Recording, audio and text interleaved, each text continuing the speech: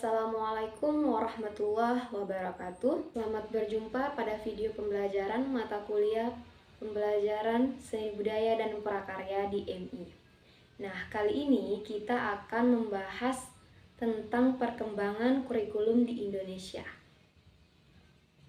Kurikulum berasal dari bahasa Yunani yaitu kurir atau pelari dan kurere atau lintasan pelari.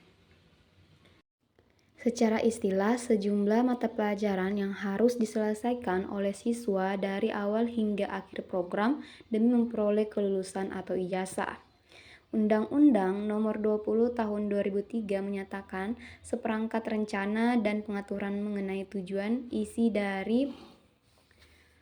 dan bahan pelajaran serta cara yang digunakan sebagai pedoman penyelenggaraan kegiatan pembelajaran guna mencapai tujuan pembelajaran. Faktor yang mempengaruhi perubahan kurikulum ada 3. Yang pertama, bebasnya sejumlah wilayah tertentu di dunia dari kekuasaan kolonialis. Yang kedua, perkembangan iptek yang pesat. Dan yang ketiga, pertumbuhan penduduk. Nah, ini adalah waktu perkembangan kurikulum di Indonesia. Berawal dari tahun 1947 yang dikenal sebagai kurikulum Redjana Pelajaran yang dimulai diterapkan pada tahun 1950. Pada kurikulum ini perubahan orientasinya pendidikan Belanda kepentingan nasional. Isi kurikulum ini yaitu daftar mata pelajaran dan jam pengajaran serta garis-garis besar pengajaran. Namun, kurikulum Redjana Pelajaran benar-benar dilaksanakan pada tahun 1952 dengan konsep tematik yang sifatnya aktif, kreatif, dan produktif. Kemudian pada tahun 1964 dicetuskan program Pancawardhana yang tujuannya untuk mengembangkan daya cipta, rasa, karsa, karya, dan moral. Pendidikan dasar lebih menekankan pada pengetahuan dan kegiatan fungsional dan praktis. Setiap pelajaran yang diajarkan di sekolah dapat berkolerasi positif dengan fungsional praksis siswa dalam masyarakat. Nah, 5 kelompok bidang studi, yaitu moral, kecerdasan, emosional atau artistik, keprigelan atau keterampilan, dan jasmani. Nah, pada tahun 1968 ini, pembinaan jiwa Pancasila, pengetahuan dasar, kecakapan khusus. Nah, perwujudan dari perubahan orientasi pada pelaksanaan Undang-Undang tahun 1945 secara murni dan konsekuen. Tujuannya yaitu Pancasila sejati, kuat dan sehat jasmani, mempertinggi kecerdasan dan keterampilan jasmani, moral budi pekerti dan keyakinan agama. Karena reaksi tersebut, pemerintah menyempurnakan kurikulum 1968 pada tahun 1975 dengan metode pengembangan sistem instruksional yang dikenal satuan pelajaran, memuat 3 hal yaitu metode materi dan tujuan pembelajaran.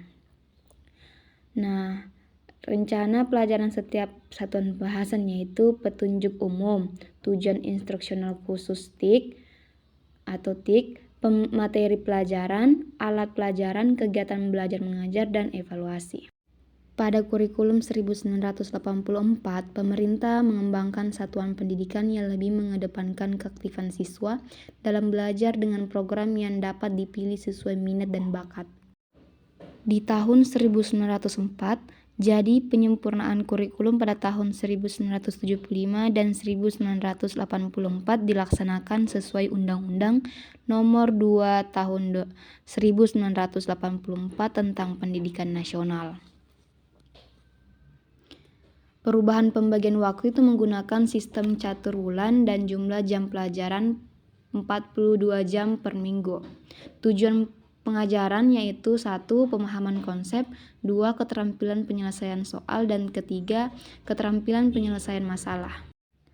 Di tahun 2004, lahirlah kurikulum berbasis kompetensi dengan memberikan kewenangan bagi seluruh sekolah untuk mengembangkan komponen kurikulum, pengembangan kemampuan untuk melakukan tugas-tugas tertentu sesuai dengan standar performance-nya. Hasil dan dampak yang diharapkan muncul pada diri peserta didik melalui serangkaian pembelajaran yang bermakna, keberagaman yang dapat dimanifestasikan sesuai dengan kebutuhannya. Nah, kurikulum tingkat satuan pendidikan atau KTSP atau kurikulum 2006 ini menuntut semua guru untuk mengembangkan sendiri perencanaan pembelajaran dan penilaian berdasarkan kondisi siswa dan kondisi sosial. Tujuannya sebenarnya dari kurikulum ini agar tenaga pendidik dapat lebih mandiri. Departemen Pendidikan Nasional. Yang pertama, kerangka dasar, standar kompetensi lulusan, standar kompetensi dari kompetensi dasar. Perangkat pembelajarannya yaitu RPP, silabus, penilaian dikembangkan oleh satuan pendidikan. Nah, pada tahun 2013 ini lebih menekankan ke pendidikan karakter. Adapun ciri khususnya yaitu penilaian berbasis pendidikan karakter, berbasis tematik, dan peran guru sebagai fasilitator. Aspek yang menjadi perbedaan mendasar yaitu konsep kurikulum, proses pembelajaran, dan proses penilaian. Kurikulum 2013 ini bersifat lebih student-centered. 3 aspek penilaian dalam K13 ini yaitu pengetahuan, keterampilan, dan sikap. Alasan lahirnya kurikulum K13 ini persepsi masyarakat. Yang pertama, terlalu menitik beratkan pada aspek kognitif. Kedua, beban siswa terlalu berat.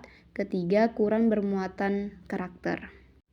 Oke, kesimpulan dari materi perkembangan kurikulum di Indonesia yaitu pasca kemerdekaan, kurikulum pendidikan nasional telah mengalami beberapa kali perubahan, yaitu pada tahun 1947, 1952, 1964, 1965, 1975, 1975, 1984, 1994, 2004, 2006, dan 2013.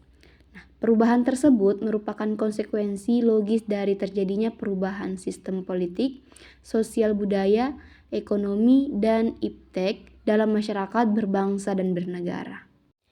Nah, itulah tadi. Sekian, terima kasih. Wassalamualaikum warahmatullahi wabarakatuh.